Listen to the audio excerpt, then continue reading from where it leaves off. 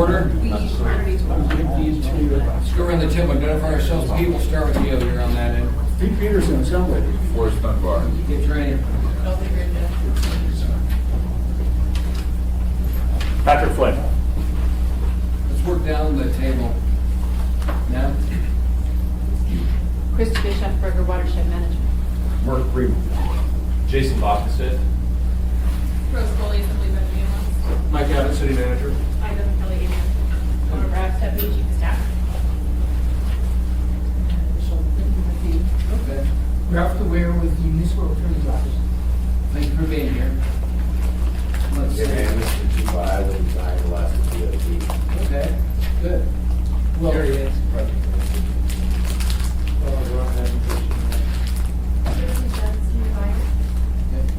Thank you all for being here.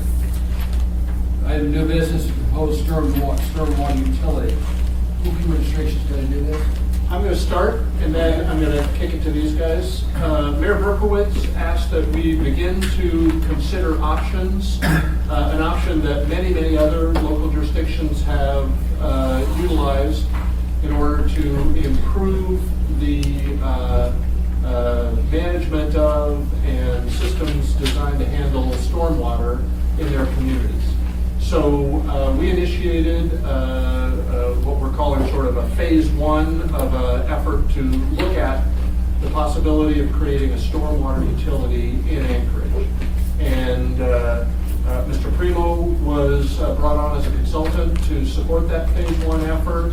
Jason Bachenstock from our project management and engineering group is the project lead on that. And Christy Bischofberger with the Stormwater Management Group has been a key element of that effort as well. So if it's okay with you, I'm going to turn it over to Jason, who may call on Mark and Christy as well to give you a brief presentation on where we are and then to be able to answer questions. Mark, it's good to see you back again. Can we afford you? Yes, you can. Okay, just wanted to know if you're raising honor for something. Can't afford not to have him, Mr. Chairman. Thank you, Mr. Chairman. What we'll do is let you guys do the presentation and we'll ask questions when it's done. Go ahead, Mark. Actually, Jason's going to. Well, thank you, and if you have questions as we're going through this, please interrupt. It'd be good to be interactive.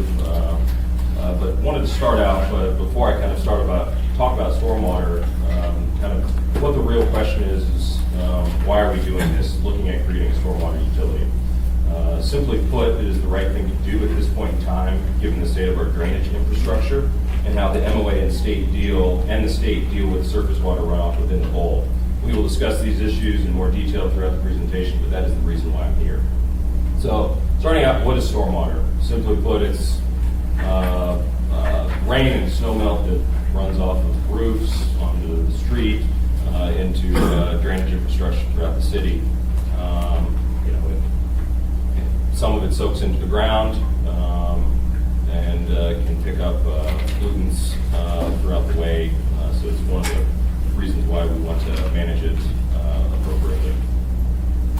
How do we currently handle a lot of our drainage issues? On the ownership side, we have a lot of drainage infrastructure in the Anchorage Bowl. The MOA and DOT own over 625 miles of drainage infrastructure, with the MOA owning roughly 75% of that, or over 500 miles. And just to add to that, what issues we do face can sometimes be difficult to overcome simply because of the joint ownership that we see. On the funding side, on the muni funding side, we obviously do a lot of funding through municipal geo bonds. Just as an example, on this current bond, there are roughly $7 million in projects that are going directly to stormwater-specific drainage projects. But that does not include some of the larger projects, such as Turnagain, Dubin, and 100th, that do have a large component of stormwater. So roughly about a third of the bond goes directly to drainage improvements. And then obviously the state funds a lot of theirs through state appropriations and federal transportation dollars as well. On the operations and maintenance side for the community, obviously property taxes are used, and then state appropriations for DOT.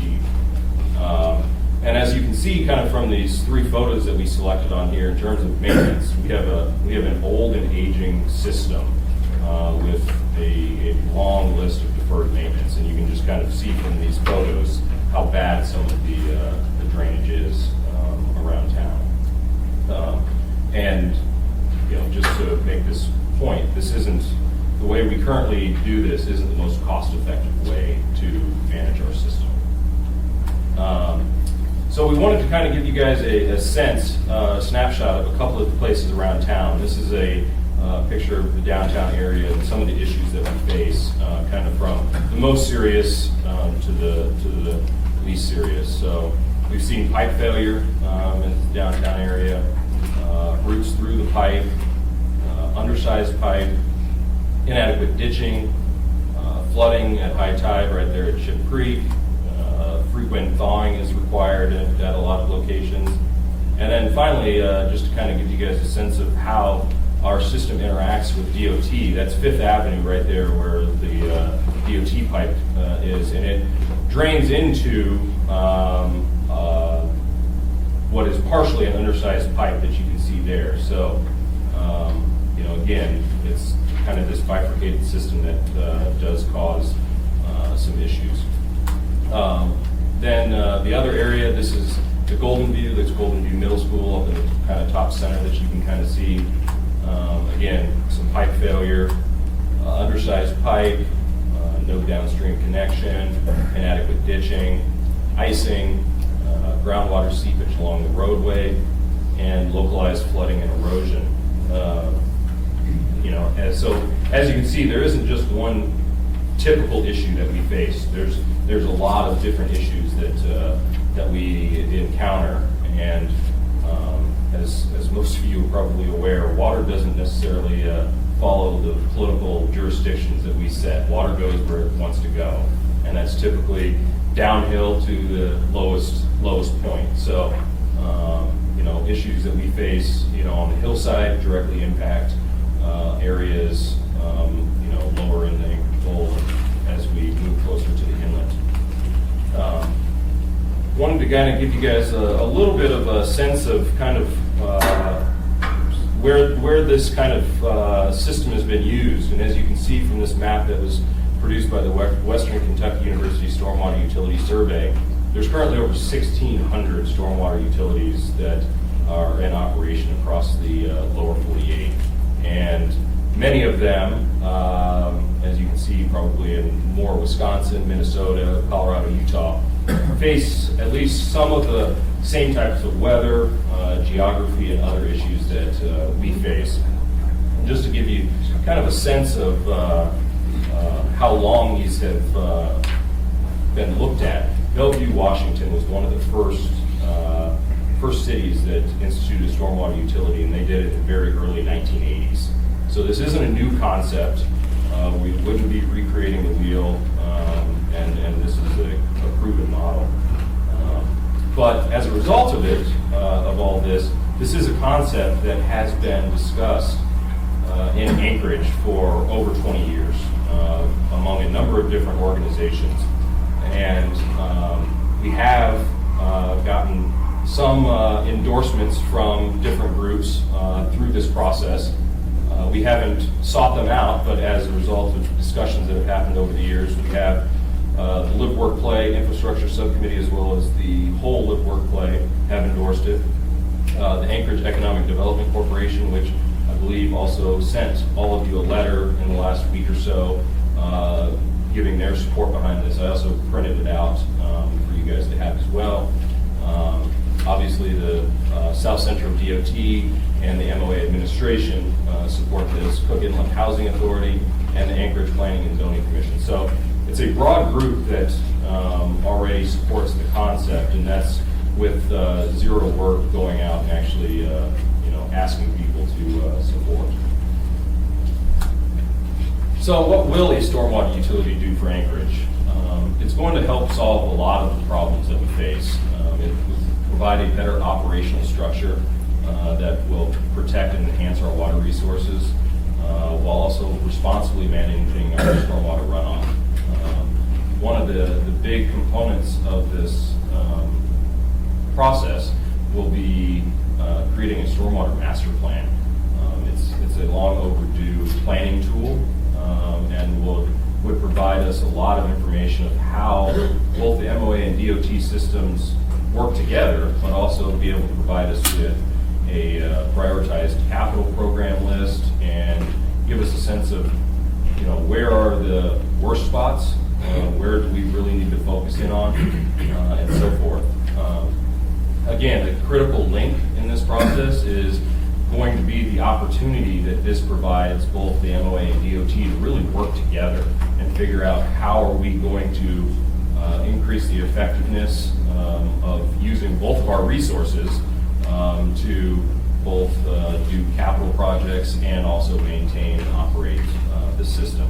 And finally, it does provide us a better mechanism to comply with our MS4 permit requirements. So this is we wanted to kind of give you guys a proposed stormwater utility boundary, which is essentially the larger line on the outside. Basically encompasses the entire Anchorage Bowl. Just a few points on this. Each of the colors, as you see on there, is a different watershed. So we have a lot of different watersheds, and obviously the numbers correspond with a specific LRSA that would be encompassed within this stormwater utility as well. So as we've mentioned, or as I've mentioned a couple of times, we have years of deferred maintenance. So, why should we form a stormwater utility? That's probably the biggest reason why. It would provide us a system to help alleviate some of that stress by being able to proactively, manage our stormwater-related problems. And another big thing is the equitable cost recovery system. It's a proven model that all of the stormwater utilities that have been created use. And probably the most important point on this slide is that whatever service levels are set by this stormwater utility are determined by you. You would have the ability to change those over time. So you would have a lot of say in what the service level is. So we've kind of based this stormwater utility on what we call the SAFE approach. It's stable. As I've mentioned, it's a nationally proven model. It works. We can anticipate it allows for, like I said, the creation of a stormwater master plan and allow MOA and DOT to work more collaboratively. It's flexible. It can change. We can adapt it to changing community needs and depending on what the assembly wants the service level to be. And again, it's equitable. The fees that the stormwater utility would collect would be based on the actual runoff impact rather than the property value of the business or the home. So, kind of what I've described so far is kind of what is a stormwater utility and why it's a good idea. Kind of the next couple of slides, I want to kind of talk about the phasing that we've discussed and how we're going to, or how we would reach this point. We have broken this project essentially into 3 phases, and we've done that for really 2 main reasons. First, we want to do this right, and then secondly, as I've mentioned, we wanted a process that would include both the assembly and the administration at multiple points along the way to make sure that we're including your thoughts and comments in our work. So with that, the first phase, we're currently in it. It's the presentation to you and the funding request to develop a stormwater implementation plan. Now, if you approve this request, we would move to phase 2, which would produce a stormwater implementation plan. We would work on this implementation plan between now and the end of the year and come back sometime at the very beginning of January to provide the implementation plan to you, obtain the approval of the assembly for the implementation plan. And if you ultimately agree that it's a good idea to create a stormwater utility, we would have a creation ordinance, and then we would create a basic staffing structure within the stormwater utility and basically move all current MOA operations that are currently done by a number of different organizations over to this stormwater utility. So we would have an operational stormwater utility in the early part of next year. Provided that all goes smoothly, we would move into what we call phase 3, which would all happen under the stormwater utility. It would produce the stormwater master plan. This is where we would go into much more detail on both MOA and DOT's infrastructure. We would identify the collaborative approach that we would take with DOT on maintenance and capital improvements. We would create the prioritized capital improvement program and identifies the service levels. And again, throughout this entire process, there will be multiple points along the line that we'd be coming back to you to review and garner your support. So just wanted to kind of give this a timeline format. Again, we're here. We'd be putting out an RFP and contract for a stormwater utility plan. We can gain your support for this first phase. Basic utility operations we began in January 2018. And then again, some point over the couple of years after that, we developed the stormwater master plan, identified the service levels, and the rate structure. So, action that we're requesting from you is approving a $300,000 request to investigate the creation of a stormwater utility for the Anchorage Bowl. So, with that, thank you, and we're happy to answer any questions. A few questions, Commissioner. Thank you. Mr. Gray Jackson, you're first. Thank you, Mr. Chairman. First up, I think this is exciting and a much needed adventure. I think it's going to prevent a lot of the drainage problems that all of us deal with in situations within the community. And I'm wondering why it took so long to move forward with this. You don't have to answer that question, it's here. And I think that you answered some of the questions that I had. So it's not a division under AWW, it's going to be like a separate entity, like a separate department. That's how we are currently, putting together the concept. It would be a standalone. And that's will have a board of directors, like a commission, stormwater utility commission, like the AWW commission, input?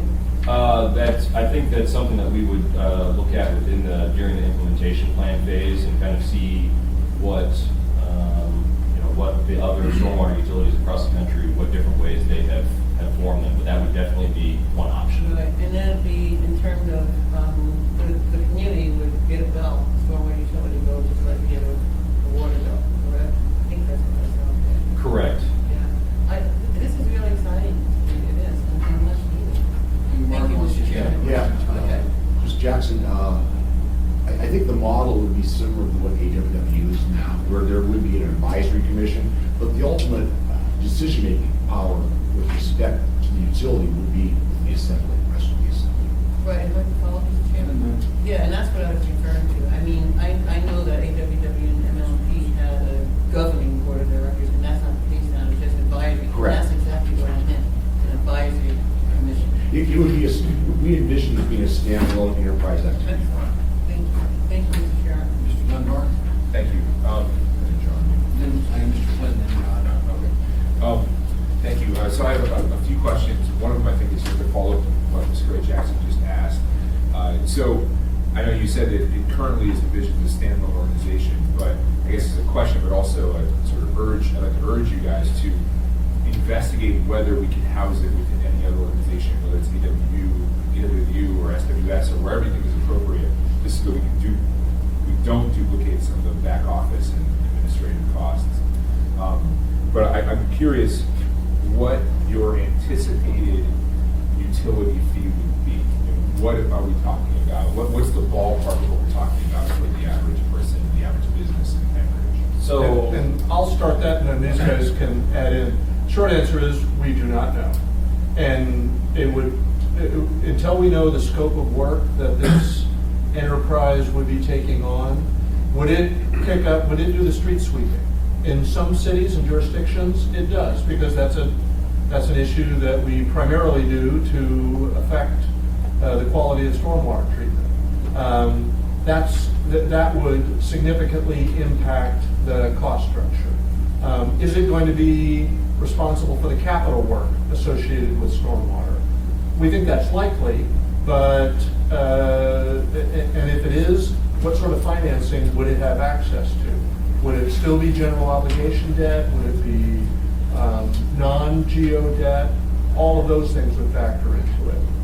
So any number that we would give you today would be nothing more than a real wild guess. Now, as in January or later this year, because we'll have progress reports for you during the year, we may be able to begin to tie some of that in and get your feedback on which services would be included, and based on that, we could begin to predict what fee levels would look like. But right now, it's just too early to be able to know that. So, thanks, Mike, and I would just add to that as part of the implementation plan, one of the big keys that we're going to be looking at creating is kind of a matrix that includes a range of fee methodologies that other utilities use and the different service levels that they use, so that when we come back to you, we can kind of say, okay, this is how 300 of the utilities, what they charge and the service level, and give you guys the opportunity to say, okay, we kind of like the way that this fee is calculated, and we want this level of service, and then we can tie those together and give you a better ballpark number of what would be anticipated. Yeah, just started to follow up to that. So actually, two questions, and I apologize if I'm stepping on my colleagues, but the first is, can we do this purely through our action, or do we eventually have to go to some kind of plebiscite for this? No. If it's just the creation of a utility, and we're essentially shifting service from a tax-supported function to a utility function, it can be done through ordinance. And the second question on that is, does it implicate some kind of state regulatory agency that we have to work with to set this up? Not as of now. We're not aware of another stormwater utility in the state, at least that was the latest I heard. So we're not aware of any other local government in Alaska that has set up a stormwater business. As a follow-up to what Mike just said, it definitely does not have to be economically regulated by the RCA. That's what I was wondering. However, it might be prudent and probably worthwhile, and probably part of state law, that we should get a service area approval for the boundaries. Mr. Flynn. And then Mr. Michael. Well, Mr. Primos touched on one of my questions, which is I am a little troubled by the initial service area definition, in that it's the bowl only, and yet a lot of the surface water drainage, well, you know, the term about things flowing downhill, comes from the higher elevations. And I don't mean to pick on Mr. Weddleton's constituency, but I guess I would ask the question as to why are we excluding the source of so much groundwater? I think we may have misstated. Our proposal would be to go all the way up to the Chugach State Park boundary. Okay. All right. So the only parts of this would essentially be Potter Valley. Well, if you think of it in terms of watersheds, which is probably the better way to do it, would be Potter Creek to Ship Creek. Okay. And why are we excluding then everything to the north? Only for the sake of simplicity in the near term. They're entirely separate in terms of Chugach Eagle River. Is that what you're speaking of? If the assemblies directs us differently, we'd be glad to incorporate that into either this phase 2 work or ultimately adding it phase 3.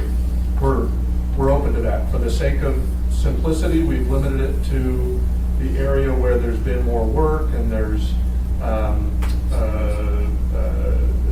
more consensus around the need for it. But I think in the long term, it's likely that Chugach, Eagle River, Peters Creek, and Clutna will benefit from a similar structure as well. Well, and the point is that all that water ultimately goes through Ashland. Not, no. Most of it. No, none of it. Once you get north of Ship Creek, and actually, none of the stormwater goes to Ashland anyway. This is not sewer, and we don't have a blended system. So all of the stormwater gets some level of treatment.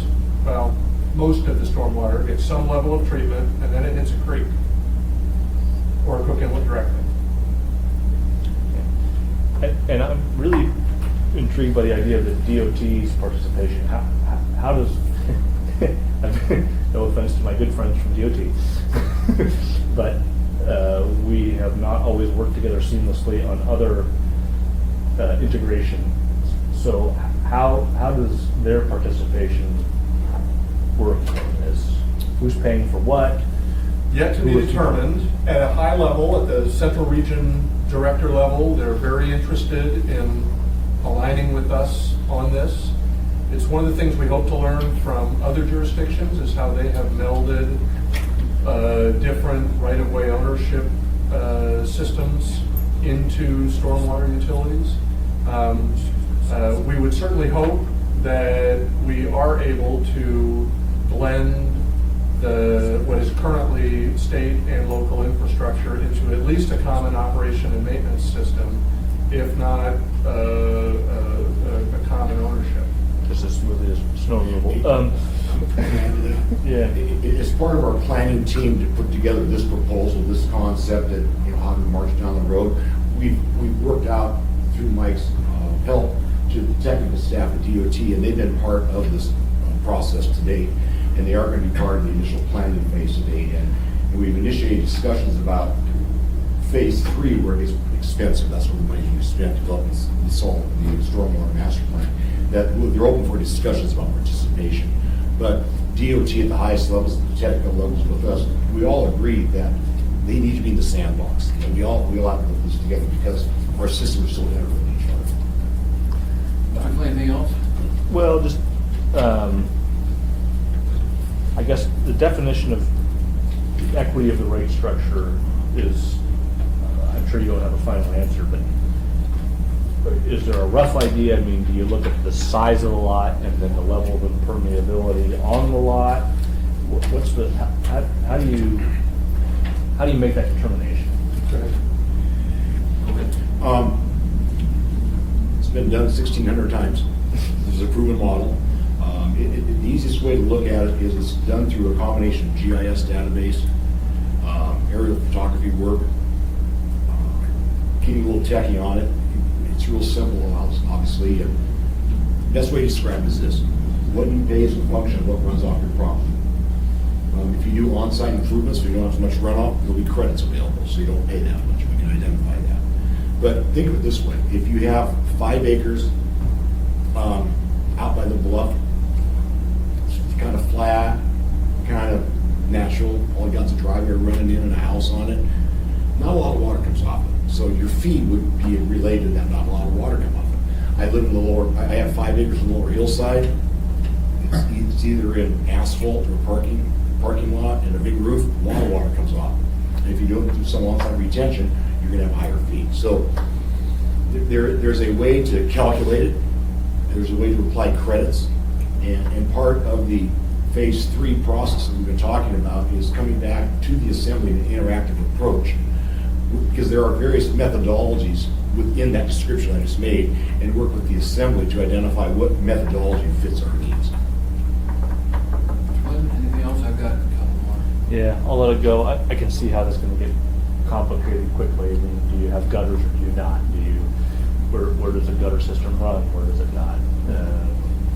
Most jurisdictions Do you have a for heated driveway single- that evaporates versus where you don't, you know? Most jurisdictions for single-family residences and subdivision-style Flat fee. developments have assigned a flat fee, regardless of the amount of lawn versus asphalt versus roof. But there are exceptions to that, and we understand one of the key issues public policy choices that the Assembly will be interested in is how we allocate cost. Yeah. I'm not going to be around for this decision ultimately, Mr. Chairman, but I will just offer that AWU has made the, I think, rational decision not to meter residential water because of the expenses, so the capital expense associated with that. If this utility makes the same decision, says residential is residential is residential, then it becomes, shall we say, a regressive fee structure for smaller lots, smaller properties, multifamily properties, et cetera. And I think it's a dangerous, not dangerous, it's a tricky thicket to navigate. I look forward to you coming and testifying, Mr. Fenn. Oh, hell no. I have a number of points, because I've been involved with this for quite a while, since 10 years ago on the Hillside District plan. Christie probably knows more about Hillside drainage than anyone else, and I'm really glad to see this happen. Drainage on Hillside is a very big issue, and we haven't really made headway on it in 10 years, even 6 years since the Hillside District plan was prepared, and I really like the idea of fee based on your impact, and that was something that we learned about through the Hillside District plan that is done in many places, and provide incentives to leave permeable ground. That can really work, especially when you have large lots in the hillside. How you build, where you build, how much you pay, parts will be ripping down this asphalt like crazy, so that would be good for everyone. So that I really like, I was glad to hear that. There are a couple things, and this is not even neat, we're looking at an expansion of the Parks and Rec service area of the valley, and we moved that boundary all the way into Chugach State Park. And not that we would have any control over Chugach State Park, but just to give us the option of spending money there, should we be able to work a deal.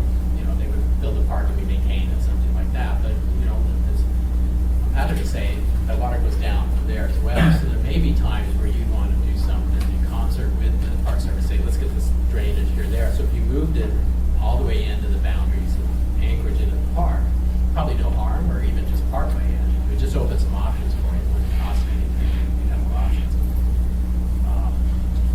You have on your map here something I've been battling for years, and you say at the very bottom of the picture, non-hashed areas are in unmaintained service areas, and I would challenge that.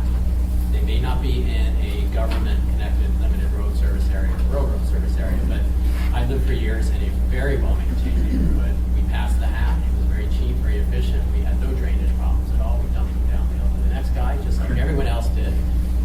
So I would recommend you call those independent service areas, which is more typically what they are. They could be homeowners associations or just loose associations. That would be more correct there. Can I keep going? Go ahead, we've got time.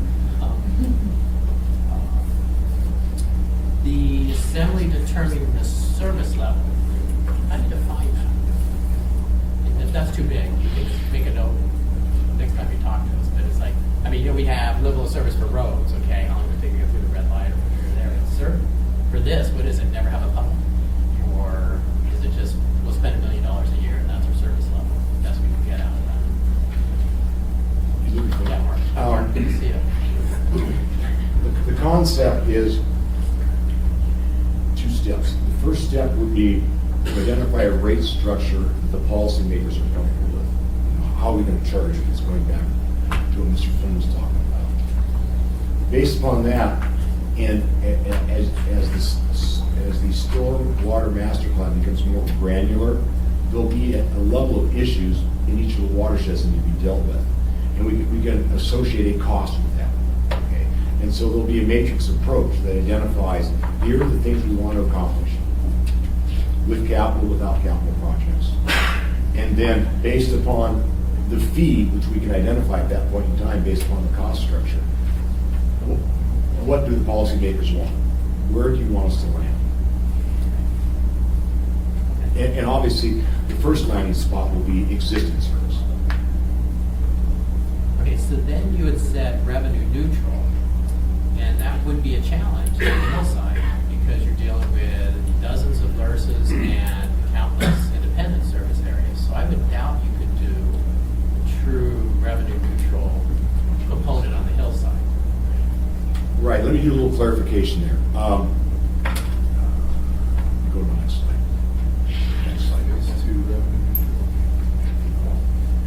Okay, what I want to express here is revenue neutral, is all I'm going to talk about for a second. We've created the utility in 2018 for the sake of discussion. Okay?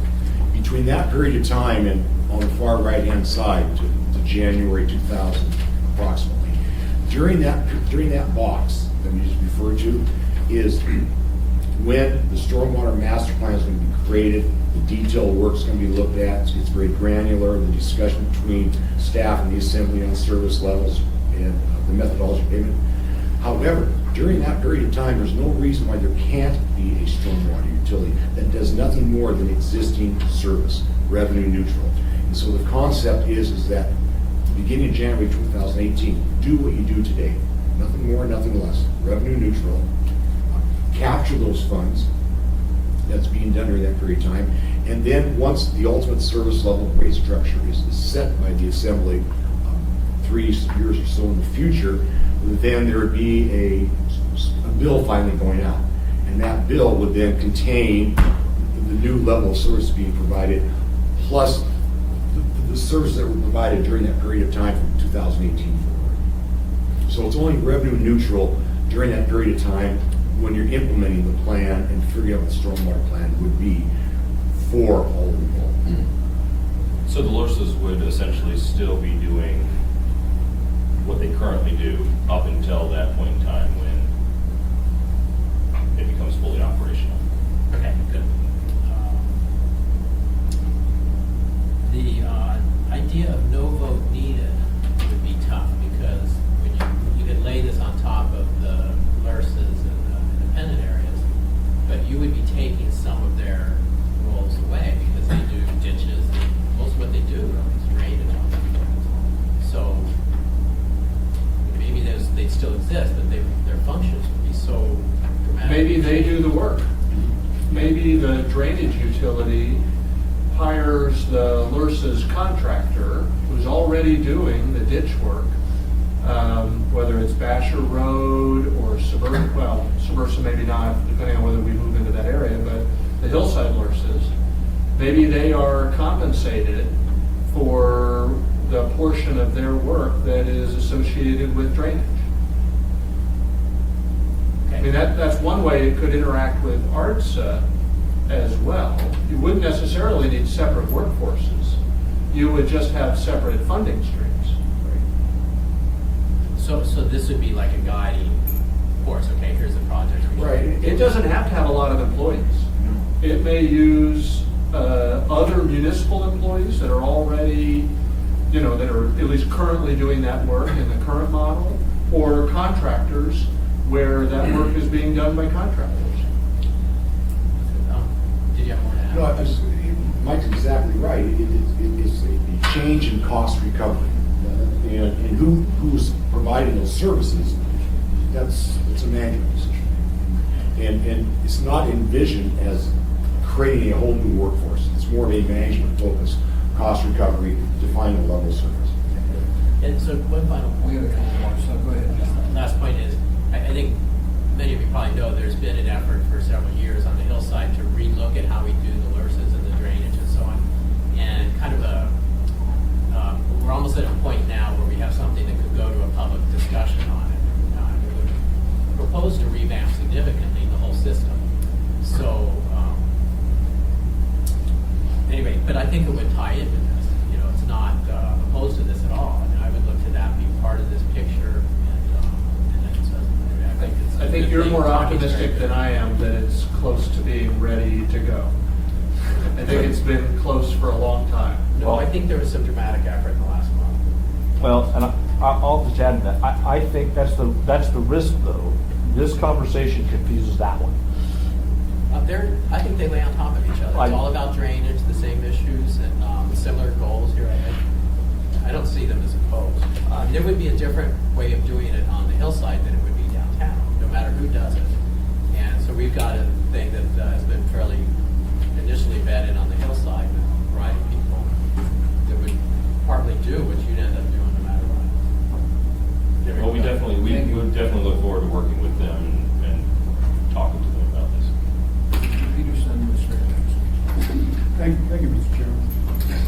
So, obviously, Stuckagon Heights in Forest in my district would probably, they've had some drainage problems up there for a significant amount of time.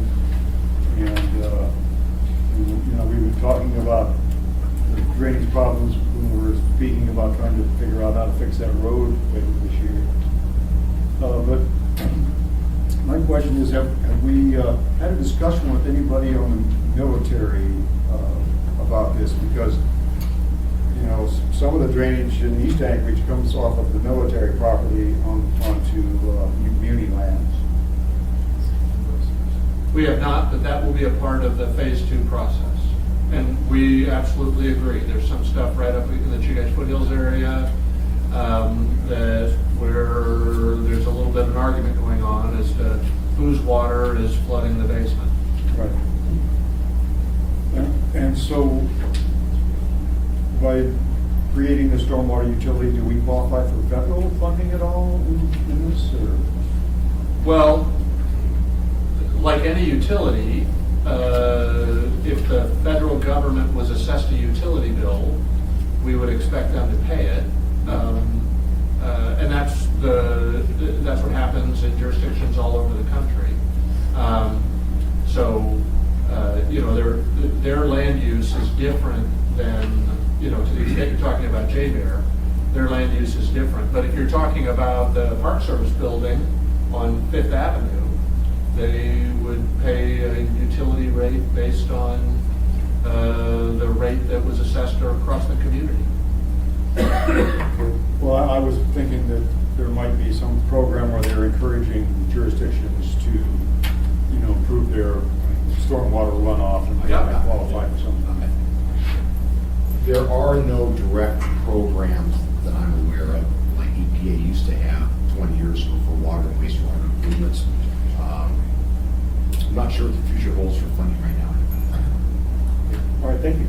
Mr. Jackson? Thank you, Mr. Chairman. I want to follow up on a comment that Mr. Dunbar made in terms of duplication, and maybe you should look at putting stormwater utility in other departments, which is a good idea. Except I thought I heard you say that what you would do, the plan is to pull folks from other departments already that are dealing with stormwater to create this stormwater utility. Is that correct? I shouldn't say the plan. It is one of the options that will be contemplated, for sure. And there are other options that also will be, but certainly one that today seems like it would make sense. But we have a lot of work to do Right. before we're ready to either make a recommendation or get your decision. Thank you, but my point is, that's what I thought I heard, and you just confirmed. Thank you. And my next question is, or comment is, how do you plan to educate the public? And I think, however you plan to do it, that needs to be added to the frequently asked questions, because I think that's going to be, I'm sure you're already know that, that's going to be really important to educate the public and let them know what this is all about and what it's going to do to improve things. Absolutely. Thank you, Mr. Chairman. It's going to be a very important piece of this, and within the RFP that we will have, we have a public involvement component of that to be able to go out and engage with different businesses, different organizations, the LRSAs, on this and discuss these issues with them. Regular course, I got a quick question. Mike, when do you anticipate bringing this funding request to the Senate? First quarter budget revisions, which is introduced on at the April 11th meeting. There'll be a $300,000 one-time funding request for phase 2 of this project. Source? Excuse me? Source? General fund. Thank you, Mr. Chair. Just going off of what Mr. Gray Jackson just said about educating the public, I think first of all, I'm sort of surprised that legally there isn't a plebiscite required, given that we need one to expand the Parks District, we need one to create the TAPSA that we just put to the ballot. And in a sense, that's what we're doing here, right? And we are creating a new service area where this kind of stormwater utility will have jurisdiction. I mean, we have it right here, it's a service area boundaries, which implies that we're creating a service area. So I guess I'd like to see the legal reasoning behind why we don't need a plebiscite. And then the other question is, this is more for Suzanne and that side of the shop, even if we're not legally required, might we want to? Might we want to, as part of the education campaign or part of the process of getting community buy-in, go to a vote of the people and see if this is something that they really understand and value? Now, I understand that that puts some risk and sort of shifts some of the responsibility the assembly has, but it's something that I think we should consider as we go forward.